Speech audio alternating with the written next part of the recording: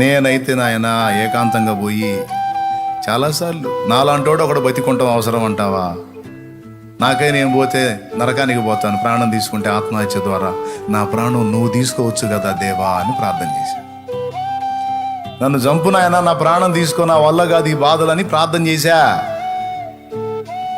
ఈరోజు ఏడుస్తూ మొత్తుకుంటూ గందరగోళం అయ్యేవాళ్ళు చాలామంది ఉన్నారు. బాధలు తట్టుకోలేక, అవమానాలు తట్టుకోలేక, ఇబ్బందులు పడలేక ప్రాణం పోతేనన్నా బాగుండు దేవుడా అని ఎదురు చూసేవాళ్ళు ఉన్నారు. డోంట్ వరీ తమ్ముడు, నువ్వు దేవుడిని నమ్ముకున్నావు, నిజమైన దేవుడిని నమ్ముకున్నావు సోదరి.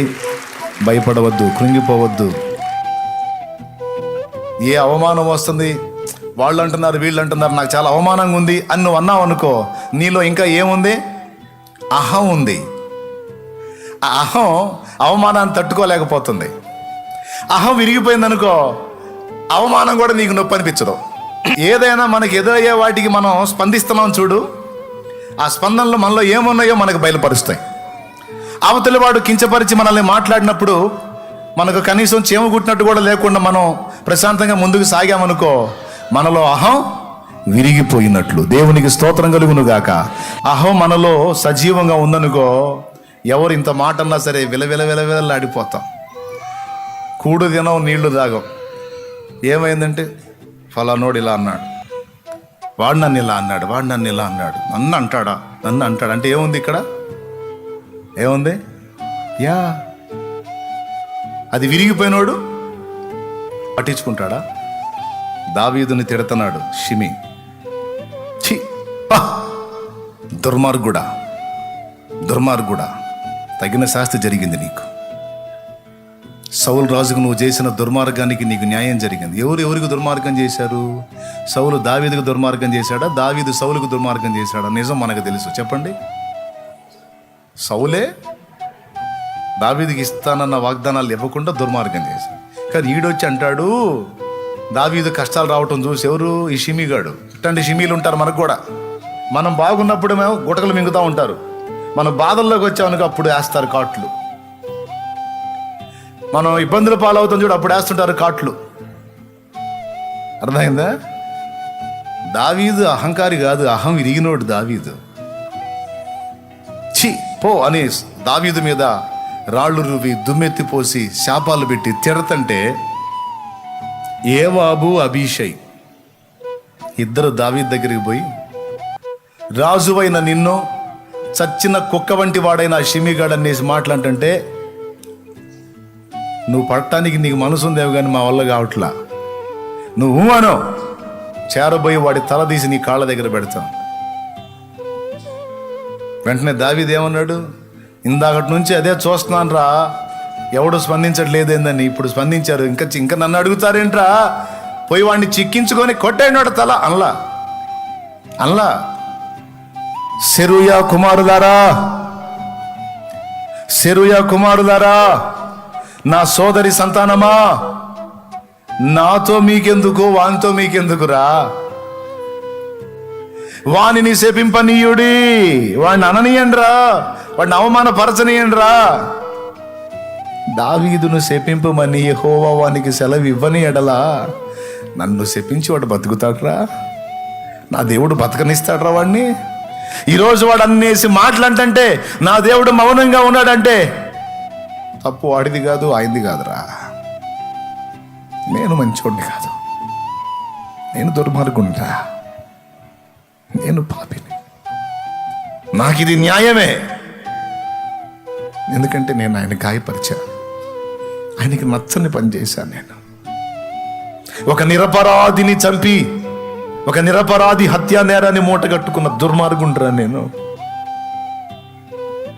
వాక్యం తెలియనోడిని కాదు, ధర్మశాస్త్రం ఎరగనోడిని కాదు. నాకు వాక్యం తెలుసు, ధర్మశాస్త్రం తెలుసు. దీవారాత్రాలు చదివినోడిని చదవండర్రా అని మీలాంటి వాళ్ళకి బోధించినోడిని. కానీ నేను ఇలాంటి కార్యం చేశాను. ఒక నిరపరాధి రక్తాన్ని మూట కట్టుకున్నాను రా నేను. దావీదు హృదయ బాధ అది. నాకు దేవుడు తగిన శాస్త్ర చేశాడ్రా, నాకు ఇది న్యాయమే. తిట్టనియండ్రా, తిట్టనియండ్రా, శపించనియండ్రా. దేవుడు సెలవియ్యకుండా ఎవడ్రా నన్నని బతికేది? ఒక రాత్రి తెల్లవారేసరికి తెచ్చాడు కదరా. నాబాలు. నేను దావీదుకు సాయం చేయనట్లు దావీదు ఎవడు అన్నందుకు చచ్చిపోయాడు కదరా. ఒక్కరోజు రాత్రి తెల్లవారేసరికి మొత్తాడు కదరా నా దేవుడు నన్ను ఎవడు అన్నందుకు. మరి వీడు ఇన్నేసి మాట్లాడంటే బతికున్నాడంటే కారణం ఆయనే సెలవిచ్చాడు రా దావీదును శపించమని. ఎందుకు? దావీదు మంచోడు కాదు. ఒరే మీ రాజు మంచోడు కాదురా, మీ రాజు మంచోడు కాదు, తిట్టని అంటరా. అహం విరిగిపోయింది. ఇప్పుడు ఆ అవమానాలు ఆ దూషణలు కూడా దావీదుని గాయపరచట్లేదు కదా, ఇది న్యాయమే అనిపిస్తున్నాయి. చివర్లో అంటాడు, వాడు తిడతా ఉంటే, వాడు అట్ట శాపాలు పెడతా ఉంటే నా మీద నా దేవుడికి కోపం పోయి మళ్ళా ప్రేమ పుట్టే ఛాన్స్ ఉందిరా, మళ్ళా దయగలిగే ఛాన్స్ ఉందిరా. వాడిని తిట్టనేయండిరా, వాళ్ళని అవమానపరచనేయండిరా. వాళ్ళు అవమానపరుస్తూ ఉంటే ఆయన బిడ్డనైన నన్ను, తన ప్రియమైన బిడ్డనైన నన్ను వాళ్ళు ఇట్లా దూషిస్తా, ద్వేషిస్తా, చండాలంగా మాట్లాడుతూ అవమానపరుస్తూ ఉంటే నా దేవుడికి ఒకవేళ నా మీద కనికరం వస్తే ఏం జరిగిందో తెలుసా? మళ్ళా తీసుకెళ్ళి నన్ను సింహాసనం ఎక్కిస్తాడా.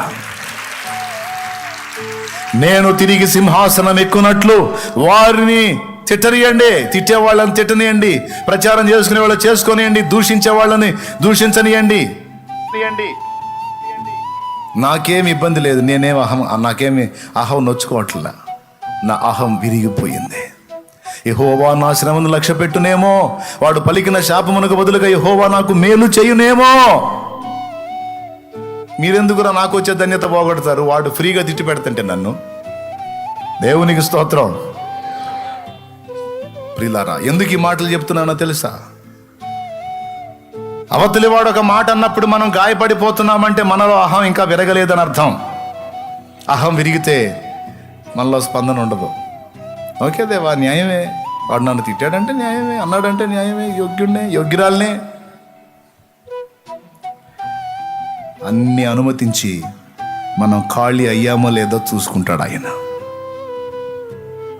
పక్క అన్నిటిని అనుమతించి ఖాళీ అయ్యామో లేదో చూసుకుంటాడు.